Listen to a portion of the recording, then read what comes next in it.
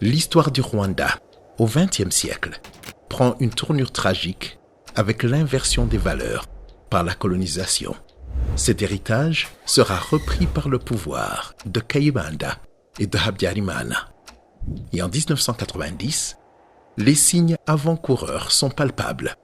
Il y a, à n'en pas douter, préparation du génocide contre les Tutsis.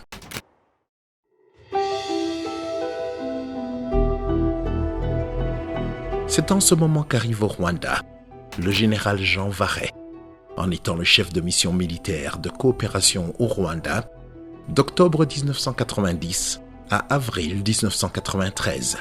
Et j'ai sur place un colonel qui est mon correspondant, qui est là déjà depuis 3 ans. Et ce colonel, très vite, me dit, c'est un pays à problème. Il va y avoir des problèmes, il y a déjà des problèmes.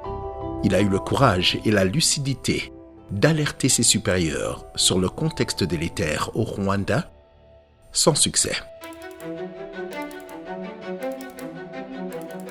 Il n'a pas été suivi. Il en a tiré les conséquences et il a démissionné de l'armée. Le rapport du clerc reprend ses conclusions et ses alertes pour ne pas parler d'aveuglement. C'est à ce titre et à l'issue de ces 2 rencontres avec le président Kagame, à Paris puis à Kigali, en l'espace de 2 semaines, qu'il a accepté de se livrer au journal Igihe. Alors, ma première question, elle est assez directe, comme vous dites, directe et franche. Quel est votre rapport au Rwanda? À vrai dire, j'ai découvert le Rwanda assez tard. J'ai été nommé directeur de la coopération militaire quand j'étais général avec 3 étoiles. C'est un poste tout à fait passionnant qui me détache du ministère de la Défense et me met au ministère de la coopération française. Et je suis responsable de toute la coopération dans 28 pays au total, essentiellement des pays africains, mais pas seulement. Donc tous les militaires français détachés dans ces pays relèvent de ma responsabilité. C'est une très lourde responsabilité, mais comme j'ai fait une grande partie de ma carrière en Afrique, j'adore ce métier. Et c'est là où, en 1990, je découvre le Rwanda, parce que le Rwanda n'était pas une ex-colonie française et donc n'était pas connu de ma part. Donc très vite, je vais au Rwanda. Mon premier voyage au Rwanda est en 90. Et j'ai sur place un colonel qui est mon correspondant, qui est là déjà depuis 3 ans et qui fait un séjour de 4 ans à peu près. Et ce colonel, très vite, me dit, c'est un pays à problème. Il va y avoir des problèmes, il y a déjà des problèmes. Donc il a attiré mon attention sur ce pays que je découvre en 1990. Et grâce à l'hélicoptère, je survole le pays, que je trouve très beau. Et effectivement, il y a 1000 collines qui sont très vertes. Et je ne prends pas le temps de parcourir le pays en voiture. Mais mon premier voyage a été très positif. Je me dis, c'est un pays magnifique. Et sur le plan humain, il y a des problèmes que je découvre et que j'approfondis depuis Paris et avec mon représentant sur place qui s'appelle le colonel Galini. Voilà, donc c'est mon premier contact. Mais comme c'est un pays qui me préoccupe, j'y reviens assez souvent. Et comme vous dites, j'ai été silencieux, peut-être vis-à-vis du Rwanda, mais pas à Paris. Je n'étais pas silencieux et j'attirais l'attention du commandement et du politique sur les risques que nous avions à continuer une coopération telle qu'elle était établie à l'époque. Oui, vous attirez l'attention de votre hiérarchie, vous n'êtes pas écouté et vous en tirez les conséquences. Alors ça, oui, je ne suis pas écouté, je ne suis pas entendu. Et dans les réunions de crise qui sont très fréquentes, je suis présent et je vois que mes remarques, mes interventions ne sont pas suivies d'effet. Et au contraire, on enlève progressivement mes prérogatives de mon commandement, disant ces unités-là, vous vous en occupez plus, etc., etc. Donc, petit à petit, je sens que je suis mis de côté. Et au bout d'un moment, quand un militaire n'est pas pris en considération, eh bien, au bout d'un moment, il ferme sa bouche et il s'en va. C'est ce que j'ai fait. Un peu déçu de la fin d'une carrière qui avait été passionnante, en particulier consacrée à l'Afrique. Et là, je n'ai pas été compris et j'ai été déçu. Donc, ma fin de carrière a été un peu reçue comme un petit peu un échec. Et puis là-dessus, 27 ans après, le président Macron déclenche une commission qui s'appelle, que vous connaissez, la commission Duclerc, et le président Kagame déclenche une autre commission, MUSE américaine, et les deux commissions sont auront à peu près les mêmes conclusions. Et en tout cas, mes témoignages dans la commission française a eu son importance et m'a sorti un peu de l'oubli. Et donc, un peu justifié mes positions de l'époque. Voilà. Et donc, je suis reconnaissant au président Macron d'avoir lancé cette commission et je suis reconnaissant aussi au président Kagame qui m'a reçu à Paris il y a quelques jours, 15 jours. Et nous avons tout de suite compris que nous étions sur la même longueur d'onde. Voilà. Et donc, quand je suis venu avec le président français, j'ai souhaité rester un peu plus longtemps pour mieux retrouver le Rwanda. Et le président Kagame m'a énormément facilité mon travail, ma présence là-bas. J'ai pu circuler beaucoup. J'ai été à Gitarama, j'ai été à Gizeni. J'ai cherché des contacts avec les Rwandais. Et ce voyage de 5 jours, j'en tire 2 grands enseignements. Un, j'ai pris la dimension de ce drame. Bien sûr, de France, je savais que c'est un génocide, c'est une catastrophe, mais quand vous êtes sur place, vous voyez à quel point le pays a été touché par ça, à quel point une partie du pays en a souffert et en souffre toujours, et une autre partie du pays se sent responsable de cette affaire. J'ai eu beaucoup de contacts personnels, j'en citerai seulement un. J'ai discuté longuement avec un garçon qui avait 8 ans pendant le drame. Et sur sa tête, on en voit les cicatrices. À 8 ans, il a été assommé à coups de masse et on voit sa tête. Et puis il a eu des coups de machette. Et il a été sauvé par l'hôpital militaire de Goma. Il a été emmené en hélicoptère jusqu'à Goma. Et il me disait, je voudrais retrouver le médecin français qui m'a sauvé. Il s'appelle Jean-Christophe, et c'est tout. Eh bien, de retour à Paris, je vais m'efforcer de retrouver un médecin qui s'appelle Jean-Christophe et qui a sauvé ce garçon. Ce que je veux dire simplement, c'est que au travers des contacts que j'ai eus, des visites que j'ai faites, j'ai vu à quel point c'était dramatique, un génocide, et surtout celui-là, dramatique. Et le deuxième enseignement, c'est que j'ai vu à quel point le pays réagissait contre ce drame, c'est-à-dire never again, plus jamais. Donc, j'ai visité avec beaucoup d'émotion le mémorial de la capitale et je dois dire qu'en regardant longuement chaque écrit, chaque photo, j'ai vu à quel point ce génocide avait été préparé. Bon. Et à quel point, dès ma prise de fonction, j'aurais dû hurler davantage. Bon, parce qu'il y avait, au travers du musée que j'ai vu, des preuves qu'en 90, ça se préparait déjà. Oui. Bon. Et quand moi je craignais un massacre, en fait, il fallait dès l'époque dénoncer une tentative de génocide. Je passe là-dessus.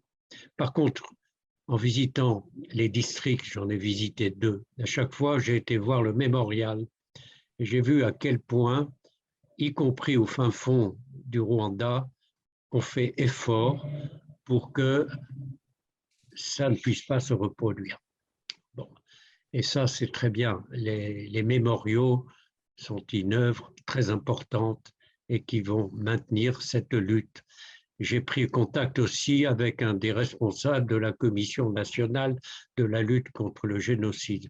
Je crois que c'est le secrétaire général, et je vois à quel point le pays se mobilise dès les écoles de base pour enseigner aux Rwandais l'horreur d'un génocide. Donc cette mobilisation nationale est très importante et j'en ai pris conscience. Et là-dessus, je vous rends hommage. C'est bien d'avoir fait ça et de continuer à le faire. Le génocide touche plusieurs générations et avant que vous puissiez tourner la page, de même que la France, avant qu'elle puisse tourner la page, il faudra du temps et beaucoup d'efforts.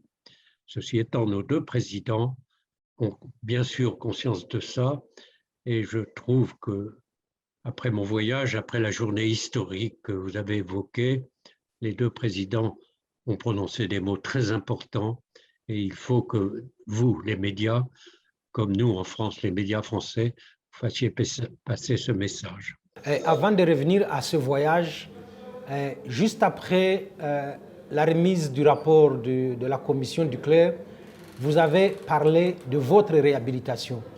Vous vous êtes senti réhabilité. Ma question c'est comment vous avez vécu votre départ de l'armée jusqu'à la commission, au rapport de la commission Duclercq? Comme je vous le disais, j'ai senti, après 40 ans de service sous l'uniforme, une certaine déception parce que quand vous démissionnez, c'est que vous reconnaissez que vous échouez. Alors la commission Duclercq, avec qui j'ai travaillé, enfin qui m'a interrogé, qui m'a reçu plusieurs fois, m'a convaincu que j'avais eu raison de démissionner. Donc, le fait que la commission indirectement m'a donné raison, évidemment, ça m'a réhabilité vis-à-vis de moi-même. Bon, autrement dit, je pense avoir retrouvé mon honneur. Voilà. Oui. Cette réhabilitation, est-ce que vous la partagez autour de vous? Oui, parce que, encore une fois, je vous ai parlé de mon adjoint, le colonel Galinier, qui lui aussi avait beaucoup souffert de ça et qui, sachant que je démissionnais, a fait à peu près la même chose, à peu près en même temps. Je le partage aussi avec le général Sartre. Autrement dit, dans l'armée, nous étions quand même plusieurs à dire attention, cette coopération n'est pas bonne, n'est pas celle souhaitable. Collaborer avec le régime d'Abiyarimana n'était pas une bonne chose et nous étions plusieurs à le savoir et nous étions plusieurs à ne pas avoir été écoutés. Alors actuellement en France, bien sûr, la commission Duclercq m'a mis un peu en lumière et le langage que je tiens consiste à expliquer pourquoi à cette époque je n'étais pas d'accord. Mais je voudrais aussi pouvoir rentrer dans l'ombre, c'est-à-dire que je ne voudrais pas être médiatisé trop longtemps. J'ai dit ce que j'avais à dire et maintenant je souhaite pouvoir profiter d'une retraite bien méritée. Il ne cherche aucunement à magnifier ni sa carrière, ni sa personne, mais nous livre à travers cet entretien la grandeur d'une conscience forte qui a forgé des leçons de vie telles qu'il nous les transmet sans filtre. Car il a refusé l'obéissance passive, et c'est tout à son honneur. Son acte de bravoure valorise l'émancipation des consciences, bien au-delà de l'intérêt personnel que peut revendiquer le grade de général dans l'armée française.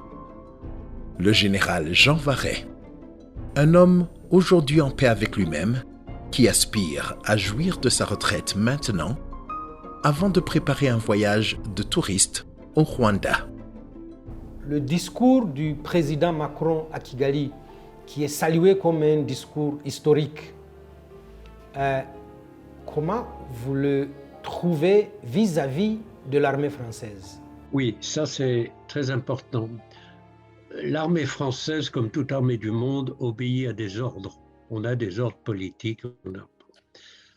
Ce qui a très important dans le discours du président Macron, c'est qu'il a dit, et ce qui est vrai, c'est que la France, c'est-à-dire l'armée française sur place, n'a en aucun cas participé au génocide. Elle l'a vu, elle a eu tort peut-être de ne pas réagir, mais elle n'y a pas participé. Donc là-dessus, l'armée française est reconnaissante à son chef, puisque le président est le chef de l'armée française, de ne pas avoir accusé l'armée française. Et j'ai dit plusieurs fois que si les responsables, y compris militaires, de la politique de l'époque, des années 90 à 94, s'ils avaient su que leur politique entraînait un génocide, je suis sûr qu'ils ne l'auraient pas fait. Je parle des militaires. Bon. Donc, le discours du président Macron n'a pas accusé les militaires et ça, d'abord, ils n'ont pas à être accusés et en plus, si jamais il y avait eu un soupçon d'accusation, nous aurions été très déçus. Par contre, les militaires d'active, jeunes, n'ont pas connu ce drame, sauf quelques-uns, en particulier le chef d'état-major de l'armée française était capitaine pendant l'opération Turquoise. Bon. Mais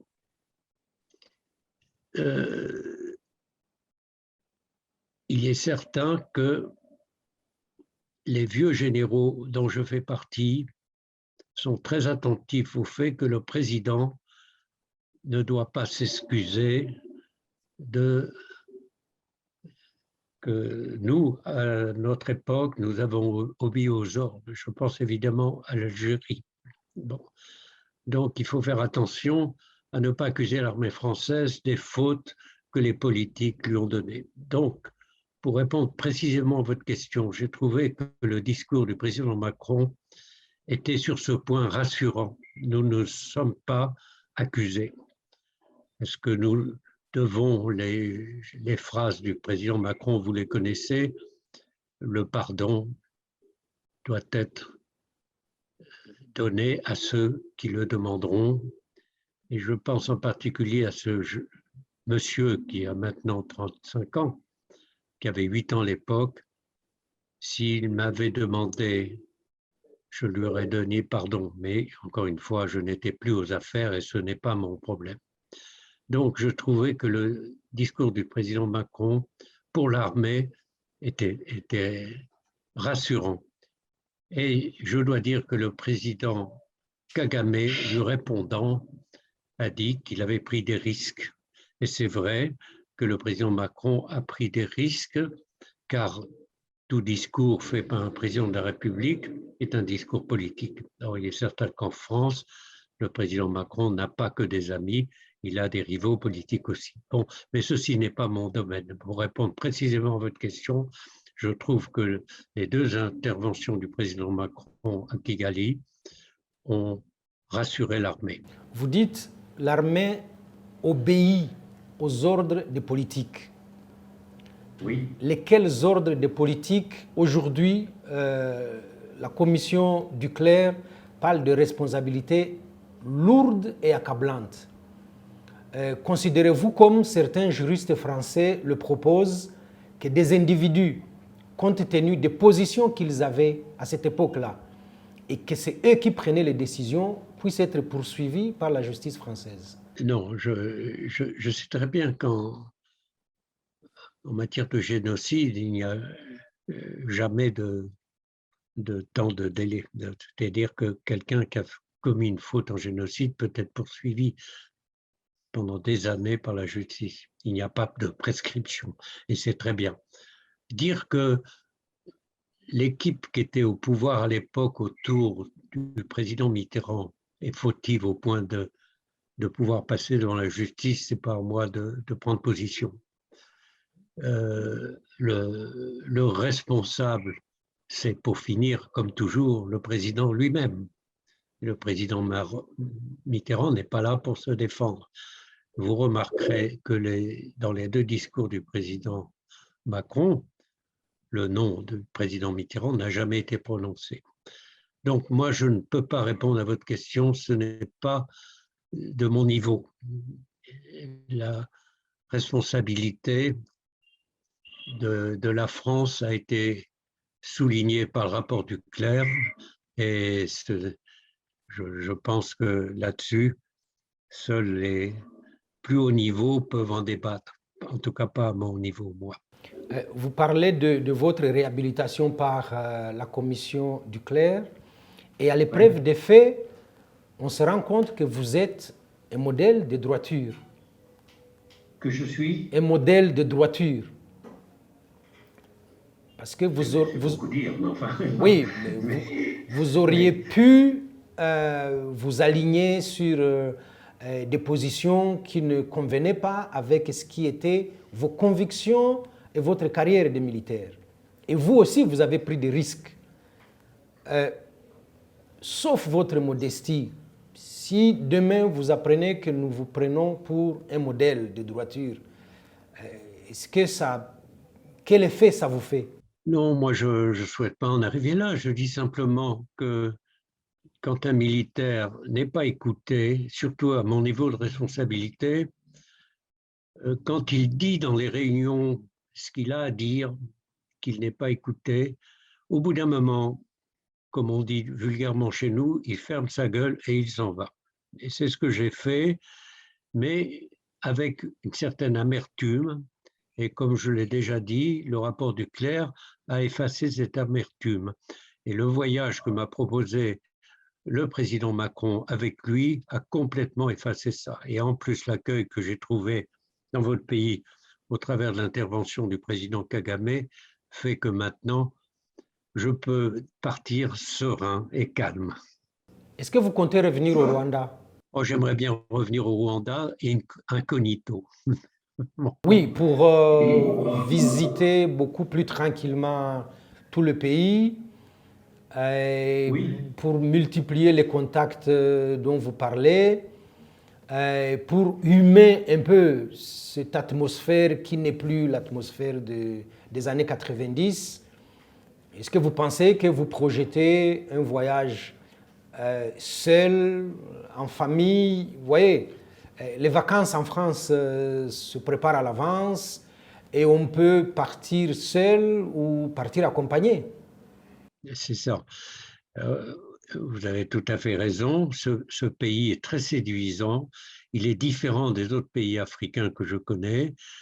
Et je revenais dans l'avion avec un journaliste du journal Le Monde, qui me disait qu'avec son fils, il avait traversé à pied le Rwanda. Il était parti du nord jusqu'au sud. Il a passé un mois. Il faisait 20 km par jour.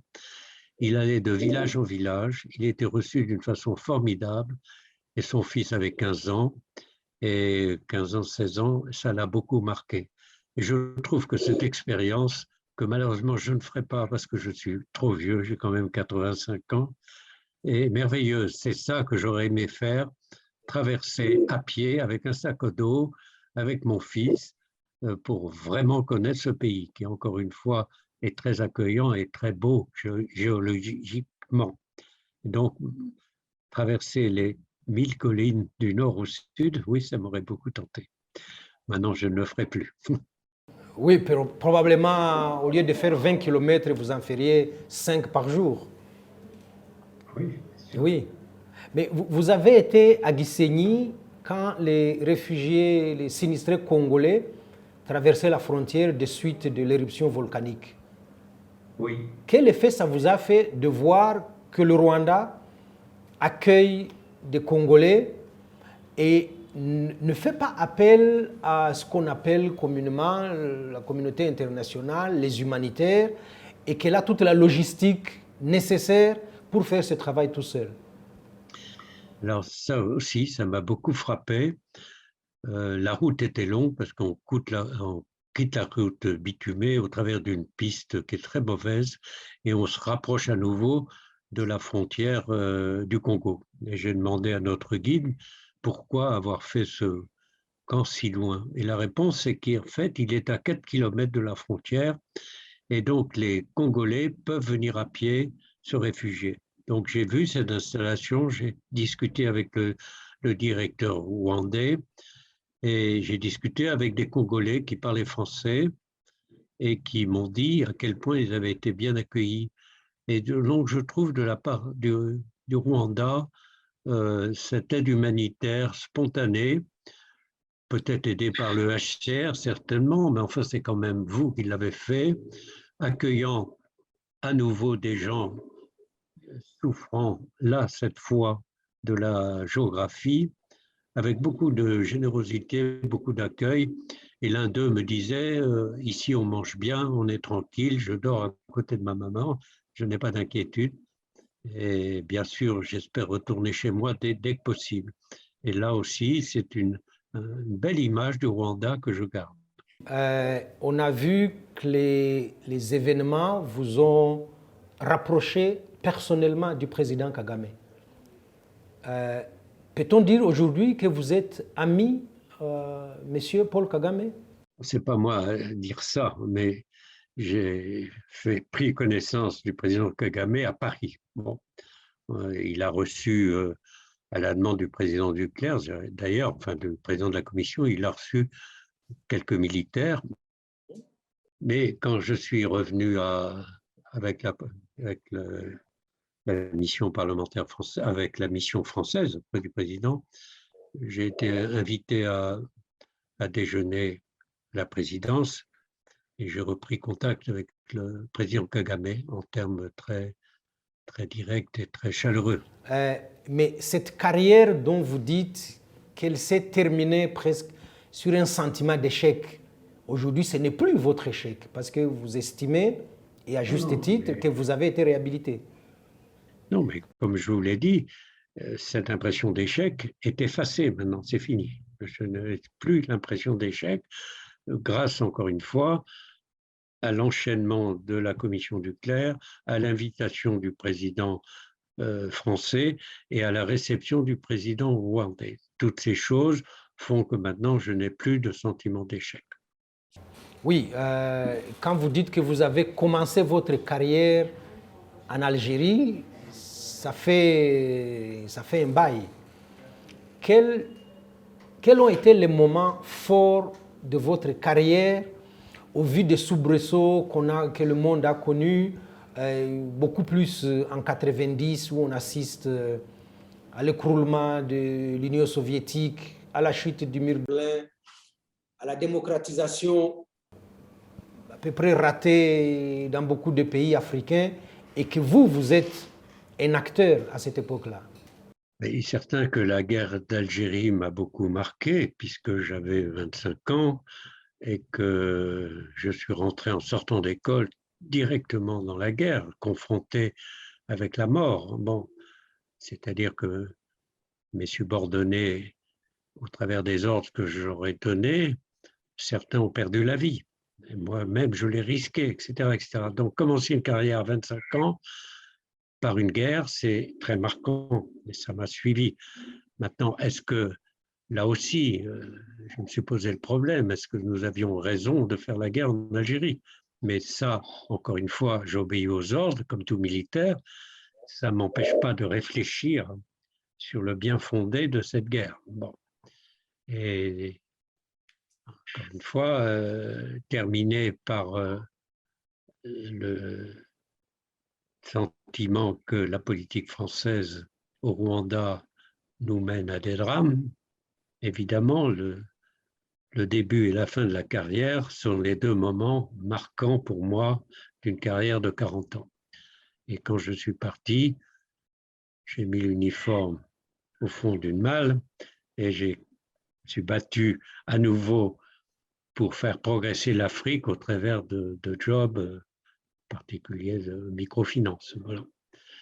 Et donc, quand j'ai vu par les informations, un an après ma démission, que se déclenchait un génocide, je me suis dit, heureusement que j'ai démissionné, parce que je n'aurais jamais pu supporter de ne pas avoir été plus virulent dans la menace qui nous pesait, la coopération militaire française de l'époque. Et donc, ça a été une confirmation personnel que j'avais eu raison de démissionner. Maintenant, après, j'ai tourné la page, j'ai fait autre chose, et la page s'est rouverte il y a peu de temps au travers de la commission du clerc. Oui, je reviens sur votre prochain voyage au Rwanda. Vous aurez compris entre les mots qu'il est vivement souhaité. Écoutez, je vous en remercie. Je ne sais pas si ce prochain voyage aura lieu, mais s'il a lieu, ce sera très discret, personne ne le saura. Je ne ferai pas appel aux médias, mais voilà, je vous répète que cet homme avec qui je rentrais, faire une marche à pied avec son fils, ça aurait été mon rêve. Encore, c'est trop tard, mais revenir d'une façon touristique uniquement, ça me tente beaucoup. Voilà. On ne peut pas dire si ça se réalisera et sous quelle forme. C'est parfait. En tout cas, nous sommes très heureux de vous avoir eu. Merci infiniment de nous avoir accordé ce moment que nous allons inscrire dans la suite des événements historiques. Toute l'équipe autour de moi vous remercie beaucoup. Et voilà, si vous devez venir au Rwanda, vous êtes le bienvenu. Vous dites que vous serez discret, on le saura de toute façon, peut-être après votre départ, mais on sera content si vous revenez au Rwanda. En tout cas, merci infiniment. En tout cas, je vous remercie de m'avoir sollicité. Ça me fait plaisir de discuter avec vous et ça me fait plaisir de dire au peuple rwandais qu'il m'a si bien reçu et que je souhaite beaucoup que ce peuple retrouve la paix. Et je trouve que cette phrase que j'ai lue un peu partout, en l'équivalent que je traduis en Never Again, est très importante. Bonne chance au Rwanda qui se relève très très bien des misères qu'il a connues. Bravo. Merci. Peut-être bientôt.